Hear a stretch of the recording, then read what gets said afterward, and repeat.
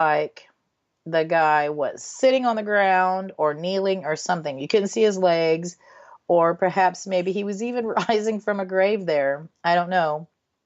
It does definitely look eerie. Now, many people have studied this photograph, and they say that there has been no tampering and it is, a legitimate photograph. Many psychics who have examined the photo also believe that it is more accurately someone from the 1920s or 30s. Now, to this day, the photo has yet to be successfully debunked despite countless recreations, and some are even conducted by the owner of the photo himself. The photo has even appeared on a recent episode of Ghost Lab. So, as you can imagine, a lot of people visit this area and this cemetery to try to get a glimpse of the ghostly cowboy. Now, if there's any other photos of this cowboy, I am not aware of them. Now, here is something really, really interesting. And it is a cemetery in Justice, Illinois. It's called Resurrection Cemetery. It's one of the largest cemeteries in the United States. It is over 540 acres, and it is shaped like a huge isosceles triangle, okay? It's got 152,000 graves, not counting the 5,300 crypts in the mausoleum. It's truly a huge burial ground.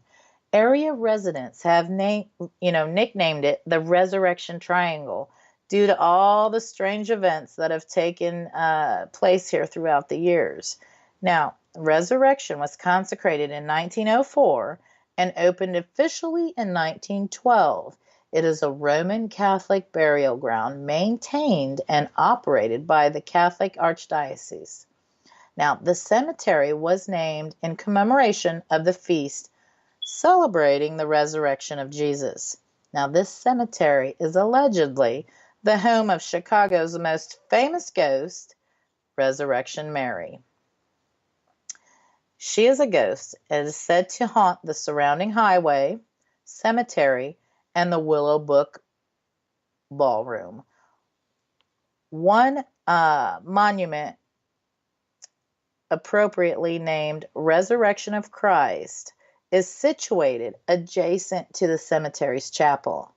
The large gray tombstone figure is said to be a favorite place of Resurrection Mary.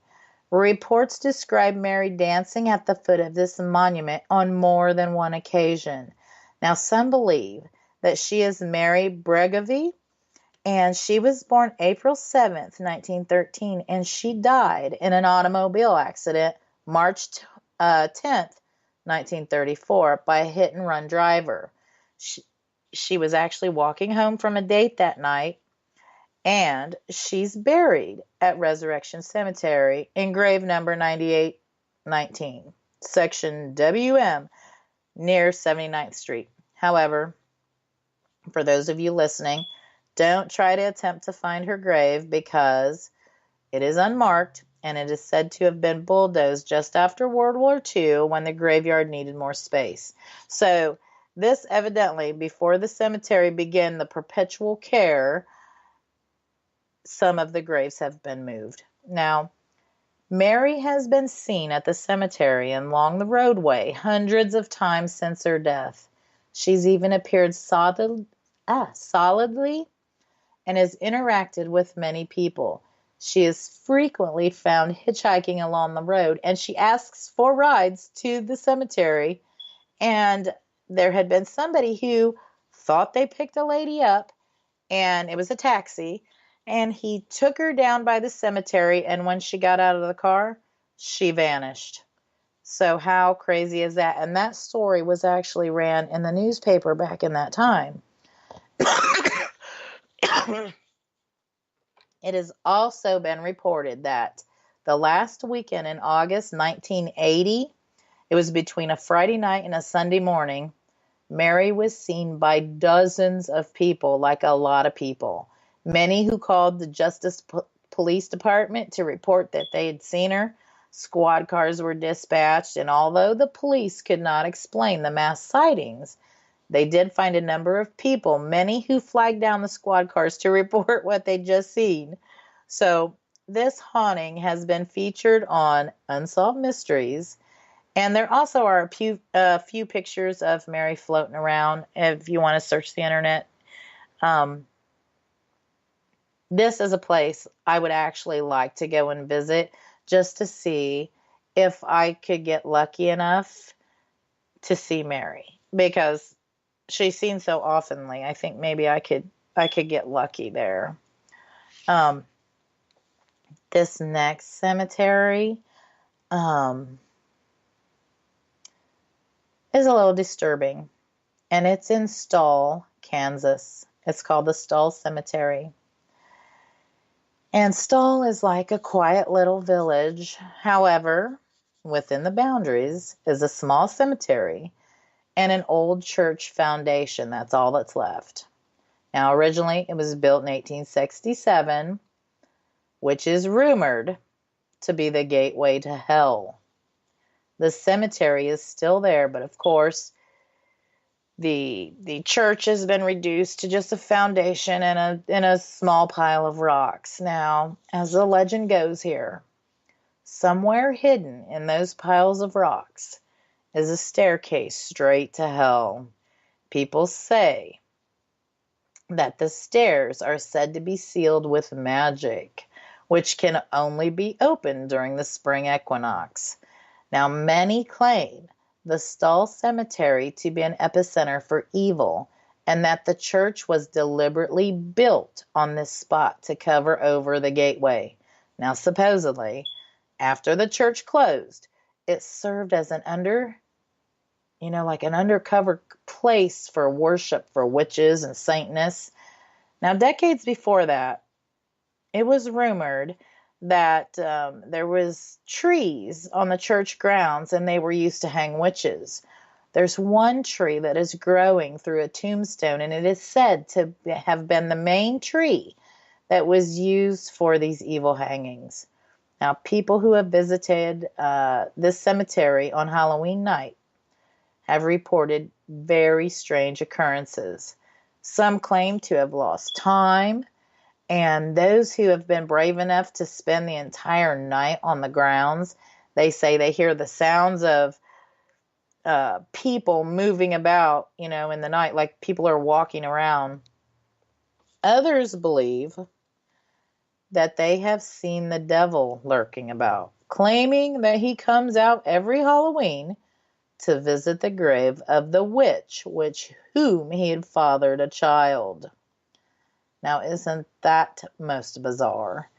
The church was knocked down in 2002. However, it was done without the knowledge of the people who actually own the land that the church resided on. In fact, no one actually knows who bulldozed the church. This cemetery, of course, is closed to the public and is placed under guarded watch during Halloween. So local law enforcement, they have made it very clear that they will arrest anyone who trespasses on the grounds. And they will also give you a $1,000 fine, and you could also get 6 months in jail. So do not go there absolutely without permission, and it's highly unlikely you'll get permission to go to this place. I'm not even so sure, as evil as everyone says it is, I'm not even so sure I would want to go to that one. That one sounds a little too spooky to take my chances with. This next one, however, is Westminster Presbyterian Church Cemetery, and it's in Baltimore, Maryland. This graveyard was established in January 1787 by the First Presbyterian Church of Baltimore. It's the resting place of Edgar Allan Poe. Now, I would like to visit his grave myself.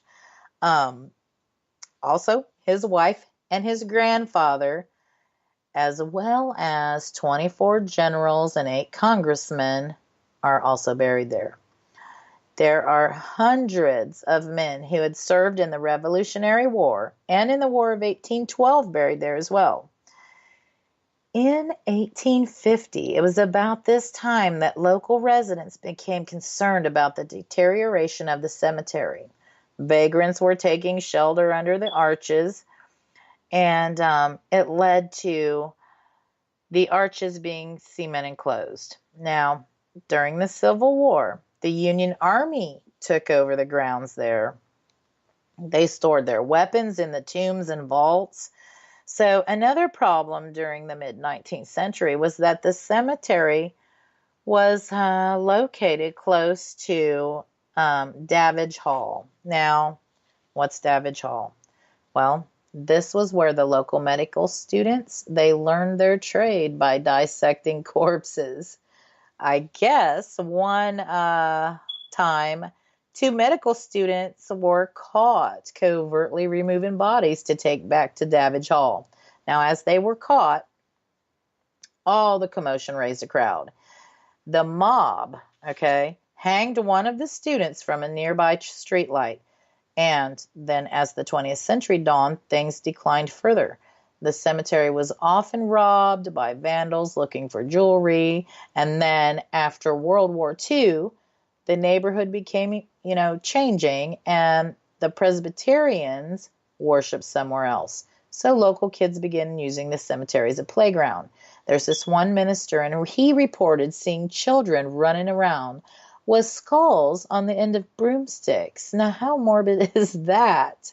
Now, these spirits, they might be wandering because so many of the bodies have been moved. And there is doubt that Edgar Allan Poe is actually in his grave. There was a lost plot of Revolutionary War soldiers that was discovered to have been moved to a vault under one of the walkways. Now, legend also has it that this is home of the Screaming Skull. Supposedly, a minister was murdered, and every night at a certain time, his skull would be skinned screaming. The screaming continued until eventually somebody dug up the body, gagged the skull, and then encased it in a concrete block, and it's located next to the gravestone. Locals say you can still hear sometimes the skull's muffled screams through the concrete block. Now, I find that very interesting. People visiting the grounds have heard mysterious footsteps and seen hazy figures and mists, and most frequently seen a spirit of Lucia Watson Taylor. When she died in 1816, she was 16 years old. She has been seen kneeling in prayer by her own grave, all dressed in white. 3 different caretakers quit their jobs after seeing her ghost. Now, many psychics and ghost hunters have visited or spent the night in the church there. They all confirm that calm, peaceful spirits inhabit the burial ground. Bizarre indeed, my friends. Bizarre indeed.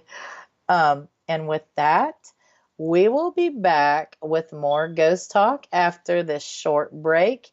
You are listening to Ghost Talk Radio on WBHM Digital Broadcasting out of Birmingham, Alabama.